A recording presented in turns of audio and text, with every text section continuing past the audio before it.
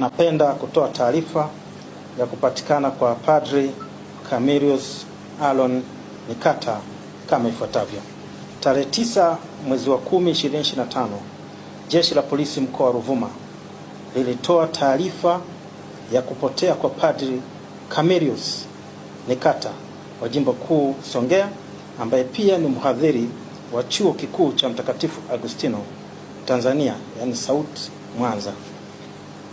Taarifa ni kwamba baada ya kupotea kwa padri huyo, makachero wabobezi wa Jeshi la Polisi mkoa wa Ruvuma walianza kufanya upelelezi wa kina kama walivyokuwa maidi kumtafuta padri huyo kwa kutumia njia zote za upelelezi. Kufuatia upelelezi huu, leo tarehe 17 mwezi wa 10 2025, Padri Camillus Nikata amepatikana kwenye mashamba ya kijiji cha Mawa. Mawa iko kata ya Hanga.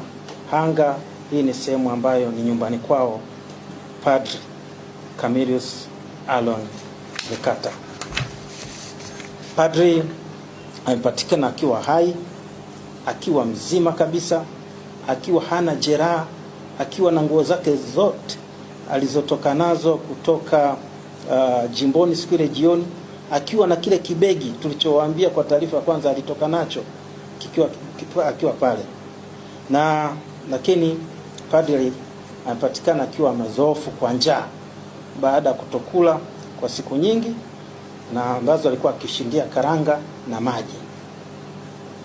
Aidha, padri huyo amekutwa na begi lake dogo londoka nalo ikiwa imeanza kuliwa na mchwa.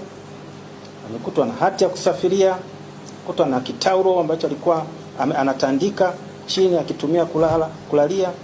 Pia amekutwa na pesa taslimu shilingi 13,500.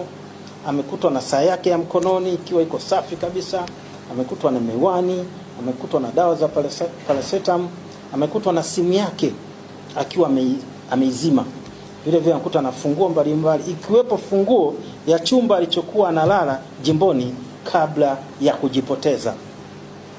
Hali ya Padri Nikata inaendelea kuimarika baada ya kupata huduma ya kwanza, na sasa yuko Homso, hospitali ya mkoa wa Homso akipatiwa matibabu.